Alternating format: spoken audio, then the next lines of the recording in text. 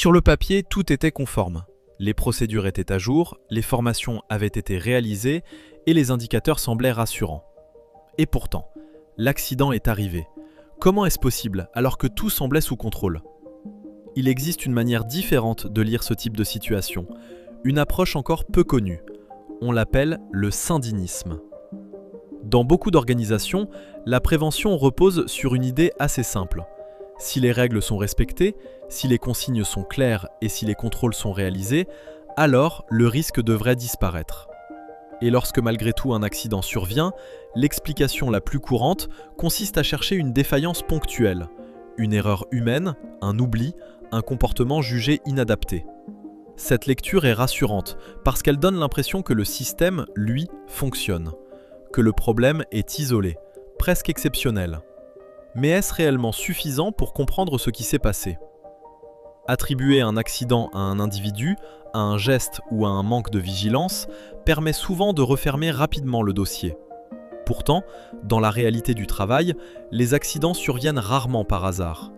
Ils s'inscrivent dans un contexte, dans une organisation, dans une manière habituelle de faire les choses.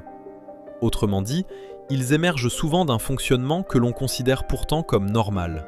Et c'est précisément là que le raisonnement classique montre ses limites. Et si le risque n'était pas seulement lié à une erreur humaine? Et si le danger était, en réalité, le produit d'un système dans son ensemble? Un système fait de décisions successives, de priorités parfois contradictoires, d'arbitrages quotidiens et de contraintes plus ou moins visibles. Un système qui, sans intention particulière, peut progressivement créer les conditions de l'accident. C'est cette manière de penser le risque que propose le syndinisme. Quand on parle de risque, on a tendance à chercher une cause précise, une machine défaillante, un produit dangereux ou un geste inadapté. Mais dans la réalité, le danger est rarement isolé. Il émerge de la combinaison de plusieurs facteurs qui interagissent entre eux.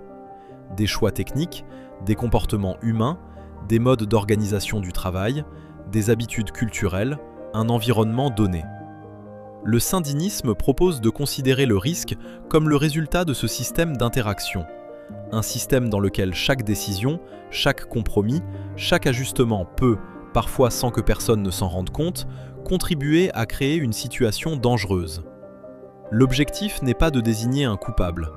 Il est de comprendre comment un fonctionnement normal peut, à un moment donné, produire du risque.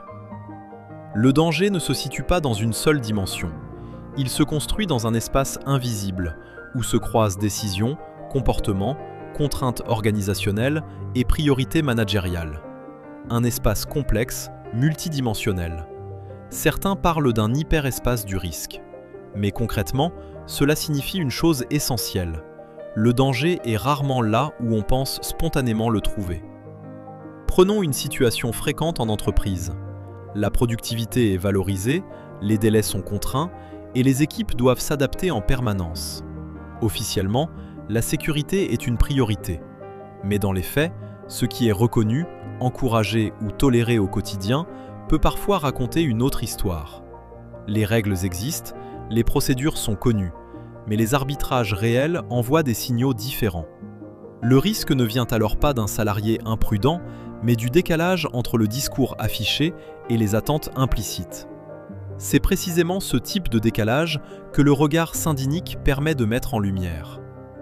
La prévention ne commence pas par l'ajout de nouvelles règles. Elle commence par la manière dont une organisation pense le risque, par la cohérence entre ce qu'elle dit, ce qu'elle décide et ce qu'elle pratique réellement. Penser le risque autrement, c'est accepter de regarder le système dans son ensemble. Et c'est souvent là que commence la prévention la plus efficace.